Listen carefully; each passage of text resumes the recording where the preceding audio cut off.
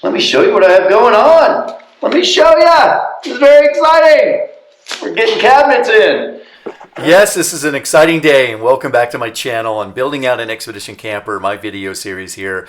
And so after selecting a chassis and having it built out, designing and building out a Total Composites expedition camper, and installing some glass expedition camper windows and skylights, it is now time to actually start installing cabinetry and doing this interior build out. Here we go.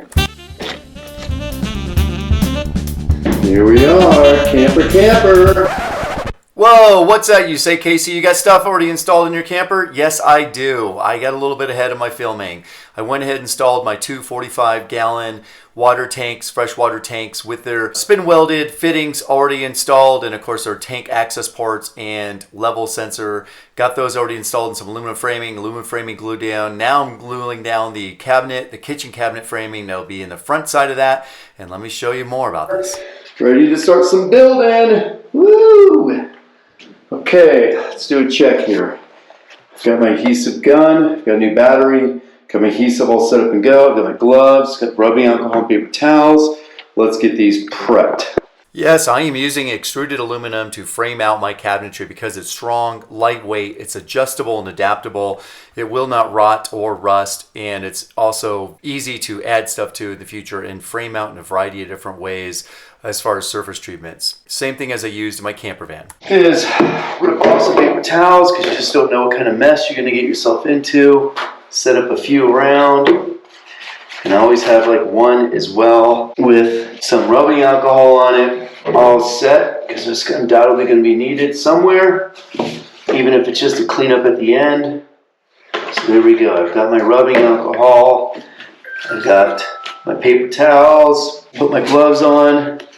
I've got things all queued up and set here. All right, we've got the two water tank cabinets / bench cabinets. Right here we have the kitchen cabinet. On the driver's side, I went ahead and I taped it out. Again, a little more use of tape just to make sure I don't want any overflow into the floor area. This is my toe kick.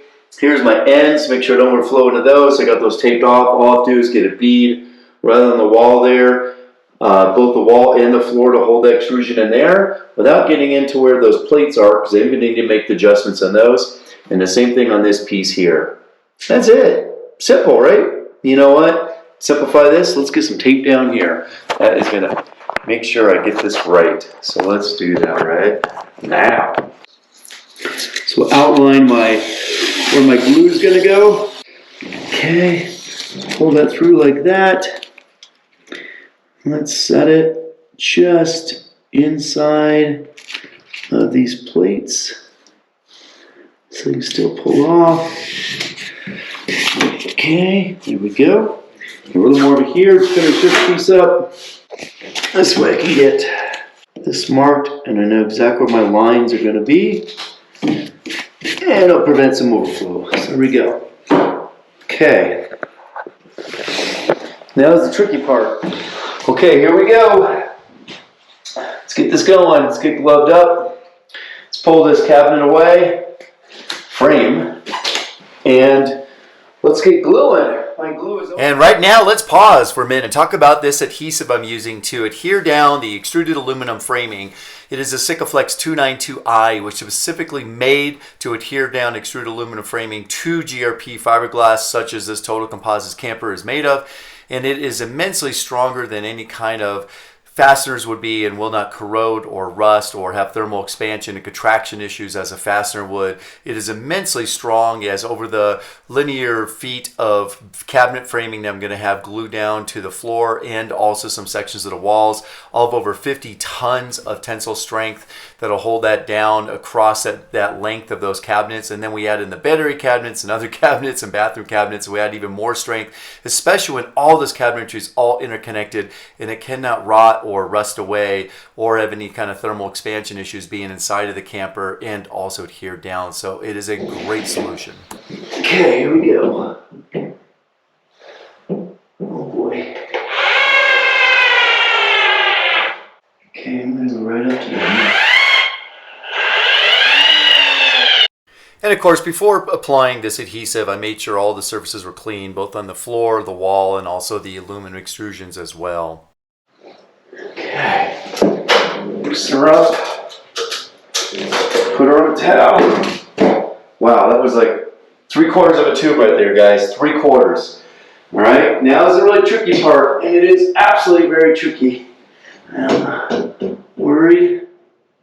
I have to only line this up in 2 dimensions, but come in very carefully. And I had to make sure it was lined up with the tank framing because that was already glued down and in place, and these two sections of course do attach to each other and have to line up perfectly with each other.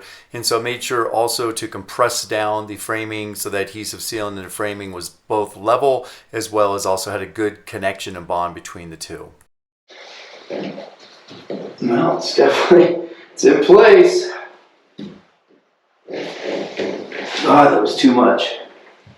The tank framing or dinette bench framing that holds the water tanks at the base of it and the kitchen cabinet framing are actually attached to each other. I have access holes that actually interconnect different joints together or connection points between those framing. So I just had to drill one up to just make sure that my alignment was actually perfect after I glued down that kitchen bottom frame. And so that's now glued down. So I went ahead and drilled this little access hole and then reattach that. So these two pieces now are interconnected, the dinette bench and the kitchen cabinet framing.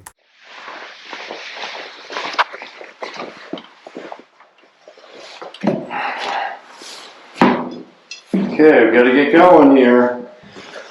We're running out of time. Glue is setting up. Let's get this in there. Maybe this way. Because the camper floor is slightly off level due to the rise in the back of the camper due to the truck suspension rising up, I did invest in some digital level meters so I can really check level and relative to the actual level of the floor. So here's my level. And let's check before this glues up. So I got my handy dandy level here. Compared to the floor, just about spot on with the floor. Now, let's check this vertical corner here, if I can get on there. So we are off by a couple, actually we're off by exactly the same amount, so we're good, we're vertical.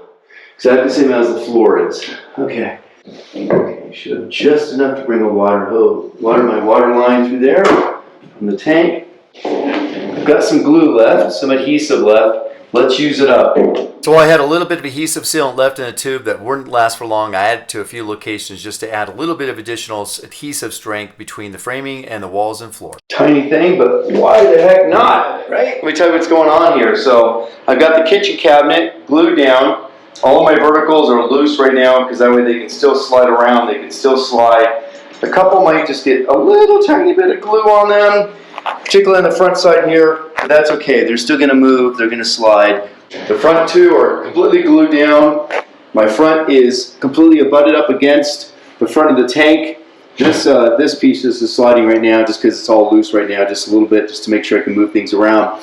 I've got my pieces abutted up against each other here and here, and so all this is really strong, a lot of strong connections. It's fantastic, and obviously all these will get tightened and set to vertical, and then my whole kitchen cabinet here will get set around this with the counter up here, my toe kick area. So I'm going to peel up this tape, get this tape peeled up before the glue dries. It's already been about 15 minutes. Speaking of adhesive, I think that tube might have had a little bit of an issue. Maybe it was old or something. It was really thick or more solid than it should have been. It was not flowing as well as it should have.